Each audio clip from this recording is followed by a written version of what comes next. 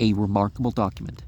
Friends of the temperance cause, to whom the existence of the drink habit seems as inexplicable as it is lamentable and criminal, will take phenomenal interest in the article by Mr. Booth Tarkington entitled Nipskillions, which appeared in the American Magazine for January and which was reprinted in the National Enquirer for April 12th. This terse little essay, which takes its name from the slang word applied in certain circles to a man who has turned from drink to temperance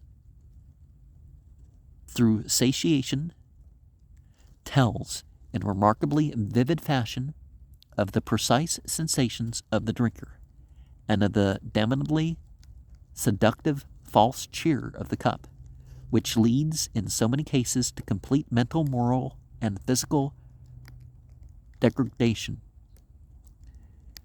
Denying the incurable addiction of the average drinker to his poison, the article throws an unusually grave responsibility upon the persistent tippler. Mr. Tarkington, relating the true story of an artist friend who saved himself at the last moment from the clutches of alcoholism, makes a notable contribution to the temperance cause not only through the authenticity of his account, but from the fact that he writes not as a moral or religious doctrinaire, but as a rational and discerning man of the world. He gives an infallible indication of the new temperance movement, a movement which has its foundation in common sense rather than abstract principle. According to Mr. Tarkington, the prime incentive to drink is the desire for a greater physical degree of enjoyment and relaxation than is compatible with the normal mental and physical condition. In other words, human creatures long atavistically for the levity of an inferior state and wish to throw off artificiality, the burden of dignity with which evolution from the simian ape has invested them. If this theory be universally true, then the drink problem is much more difficult of solution than if it were merely an ingrained social custom. No one can deny that life in conventionally civilized communities is dull and monotonous to the point of loathsomeness, and if this basic ennui be so potent a factor in the desire for liquor, then we cannot expect to banish the evil till we have found some means of brightening the gloom which causes it.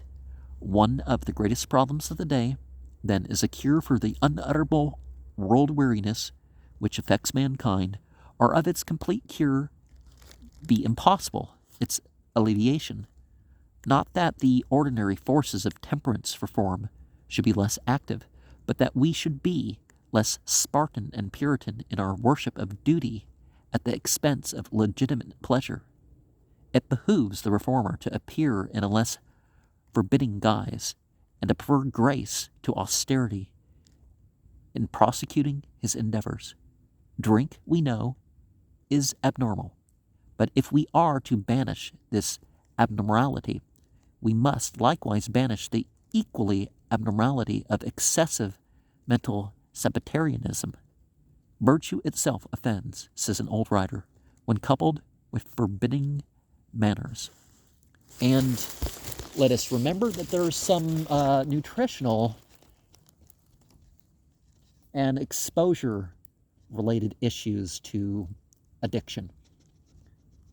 And of course, if you don't start, then you don't get addicted, right? But, if there's this lacking thing in your health or whatever, and you find something, and just like fantasy, as pointed out before with the whole Pollyann thing,